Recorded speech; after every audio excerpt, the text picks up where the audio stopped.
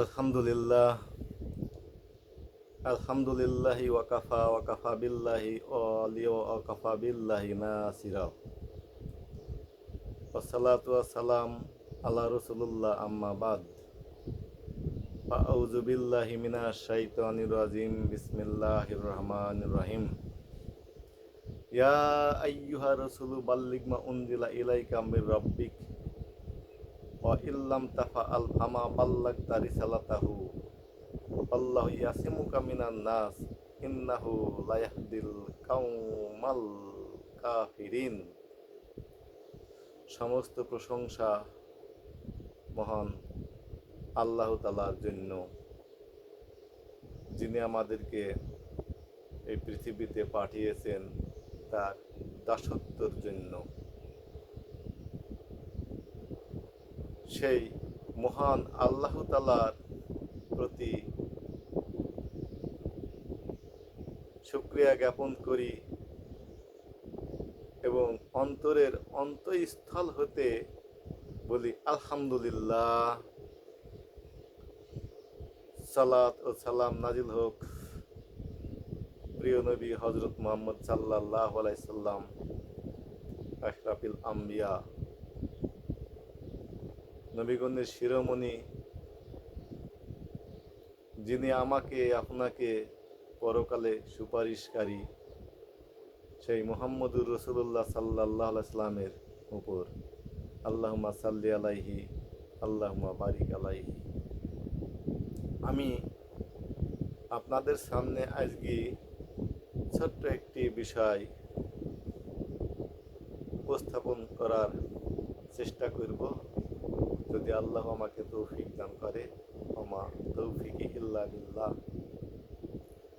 আজকের যে ইসলামের ছোট্ট আকারে, সংক্ষিপ্ত আকারে যে বিষয়টা নিয়ে আমি আলোচনার জন্য উপস্থিত হয়েছি, সে বিষয়টি হচ্ছে কাঁধের সাথে কাঁধ ও টাকনুর সাথে টাকনু মিলানো অধ্যায়। ইমাম বুখারী তার বুখারী শরীফের কিতাবে অধ্যায় বেঁধেছেন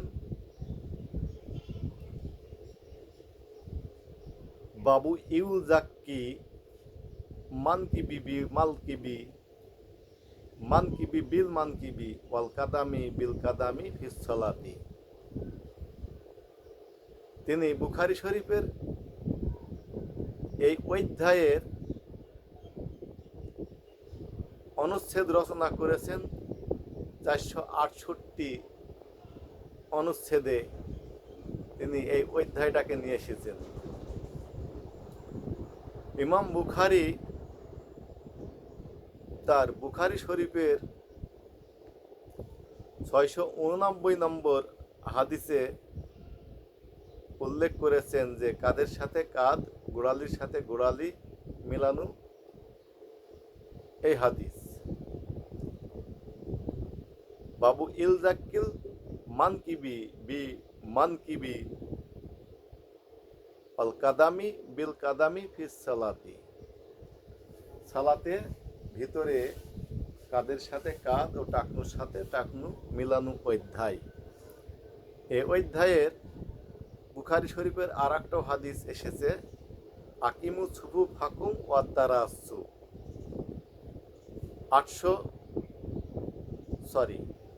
687 নম্বর হাদিস এবং মুসলিম শরীফের 860 নম্বর হাদিসে এ কথাটা নিয়ে এসেছেন যে কাতার সোজা করো, কাঁধ ও পা মিলাও। কাতার সোজা করো, কাঁধ ও পা মিলাও, মিলিয়ে দাঁড়াও।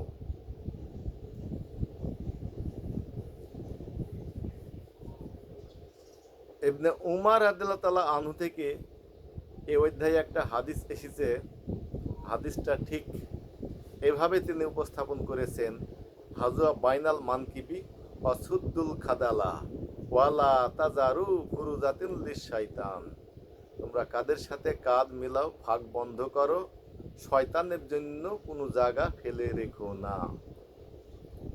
সলাতের ভিতরে যে শয়তান অনুপ্রবেশ করে তাই এই হাদিসে বোঝা যায় উমর রাদিয়াল্লাহু তাআলা আনহুর ছেলে ইবন উমর এই হাদিসটা বর্ণনা করছে, হাজা বাইনাল মানকিবি ওয়া সুদ্দুল খাদালা ওয়ালা তাজারু ফুরুজাতিন লিশ-শাইতান।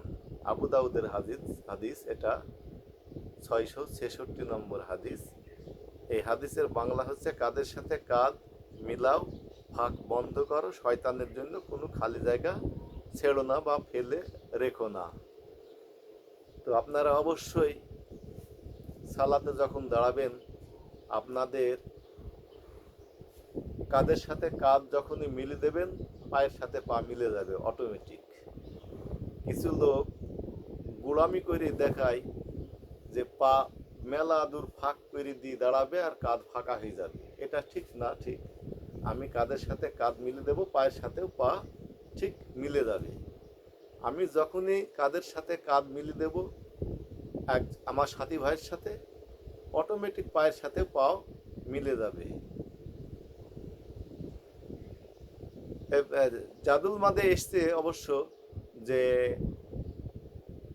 ওর মুষ্টি হাত পায়ের মাঝখানে ফাঁকা রাখা যাবে, মুষ্টি হাত মানে এখান থেকে নিয়ে এই মুষ্টি হাত এতটুকু ফাঁকা রাখার কথা অবশ্য জাদুল মাদ গ্রন্থে এসেছে। তো আমরা ওদিকে না তাকিয়ে আমরা কাঁধের সাথে কাঁধ ও টাকনুর সাথে টাকনু মিলিয়ে দাঁড়াবো, ফাঁকা জায়গা মানে আমার পাশে যে জায়গা পড়ে থাকবে সেই জায়গাতে। আমার যে দুই পায়ের মাঝখানে যে ফাঁকা জায়গা এটা চিন্তা আমার না, এটা দায়ভার আল্লাহর উপর। আপনার পাশের যে ফাঁকা জায়গা সেটাকে পূরণ করার জন্য সকলে চেষ্টা করবেন। আপনি যদি কাতারের ডান দিকে থাকেন তাহলে বাম সাইড আপনাকে পূরণ করতে হবে, আর আপনি যদি কাতারের বাম সাইডে থাকেন তাহলে আপনাকে ডান সাইডকে পূর্ণ করার চেষ্টা করতে হবে। তাহলেই দেখা যাচ্ছে যে পায়ের সাথে পা ও টাকনুর সাথে টাকনু মিলে যাবে। চেষ্টা করবেন আপনারা সকলে এই পায়ের সাথে পা, কাঁধের সাথে কাঁধ মিলিয়ে সালাত আদায় করার জন্য।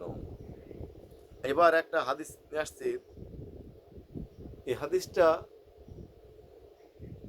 ওই হাদিসের সাথে সংযুক্ত করলে ভালো হয়।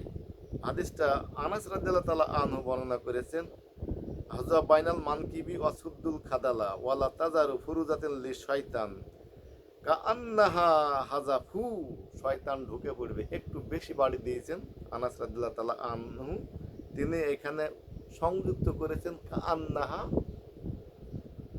হাজাফু শব্দটা ব্যবহার করেছেন। তিনি কাআন্নাহা হাজাফু শব্দ ব্যবহার করে বলেছেন যে শয়তান ঢুকে পড়বে, ফাঁকা জায়গা রেখো না, খালি জায়গা রেখো না, ফাঁক বন্ধ করো। তিনি এই উদ্দেশ্যে এই হাদিসের এই অংশে কাআন্নাহা হাজাফু শব্দটা ব্যবহার করেছেন। নুমান ইবনে বাশির রাদিয়াল্লাহু তাআলা আনহু বলেন যে ফারাআইতু রাজুলু ইউলজাকু মানকিবাইহি বিমানকিবি সাহিবিহি কাবাহু ওয়া কাবিহি রুকবাতাইহু সাহাবিহি ওয়া কাবাহু বিকাবিহি। এখানে তিনি বলেছেন যে আমি মুসল্লিদেরকে কাঁধের সাথে কাঁধ ও পায়ের সাথে পা, গোড়ালির সাথে গোড়ালি মিলিয়ে দাঁড়াতে দেখেছি। নুমান ইবনে বাশির তিনি সাক্ষী দিচ্ছেন এই হাদিসে যে আমি সাহাবাদেরকে পায়ের সাথে পা, গোড়ালির সাথে গোড়ালি মিলিয়ে সালাত আদায় করতে দেখেছি। তিনি স্পষ্ট করে বলছেন ফারাইতুর রাজুলু ইউলজাকু মানকিবাইহি বিমানকিবি সাহিবিহি ওয়া রুকবাতাইহু বিরুকবাতি সাহিবিহি ওয়া কাবাহু বিকাবিহি। স্পষ্ট তিনি উল্লেখ করেছেন। এই হাদিসটা আবু দাউদের 662 নম্বর হাদিস থেকে এই আরবির এই ইবারতটা পাঠ করছি আমি। 662 নম্বর হাদিস থেকে আবু দাউদের। নুমান ইবনে বাশির রাদিয়াল্লাহু তাআলা আনহু স্পষ্ট সাক্ষী দিচ্ছেন এই হাদিসে যে আমি মুসল্লিদেরকে কাঁধের সাথে কাঁধ ও পায়ের সাথে পা এবং গোড়ালির সাথে গোড়ালি মিলিয়ে সলাতে দাঁড়াতে দেখেছি।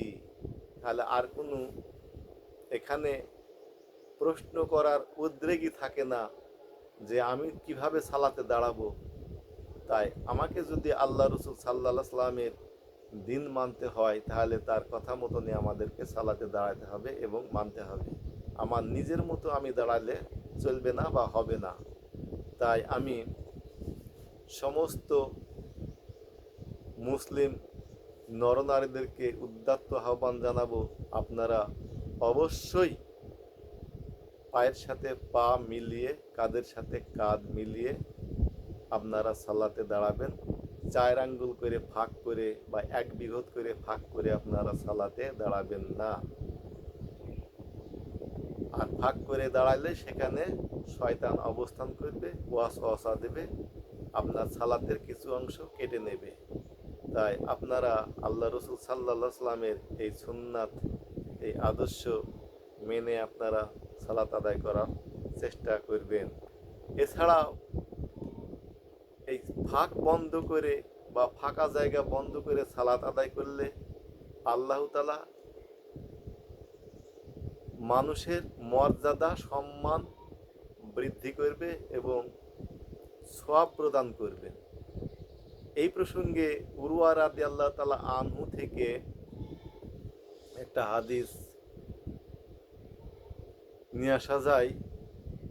হাদিসের বাংলা এবং আরবি আমি দুটাই অনুবাদ করব। এখানে উরওয়া রাদিয়াল্লাহু তাআলা আনহু হাদিস নিয়ে এসেছেন, এটাও মুসলিম শরীফ এবং বুখারীতে এসেছে 717 থেকে 25 নম্বর হাদিস পর্যন্ত এই সনদে এসেছে। তিনি বলছেন যে মান সাল্লা ফুরজাতান ফিস সাফ রাফা আল্লাহু বিহা দারাজাতান আও বানিল্লাহু বাইতান ফিল জান্নাত। যে ব্যক্তি কাতারের ফাঁক বন্ধ করে দাঁড়াবে, আল্লাহ তাআলা তার একটি মর্যাদা বৃদ্ধি করবে, জান্নাতে তার জন্য একটি ঘর প্রদান করবে।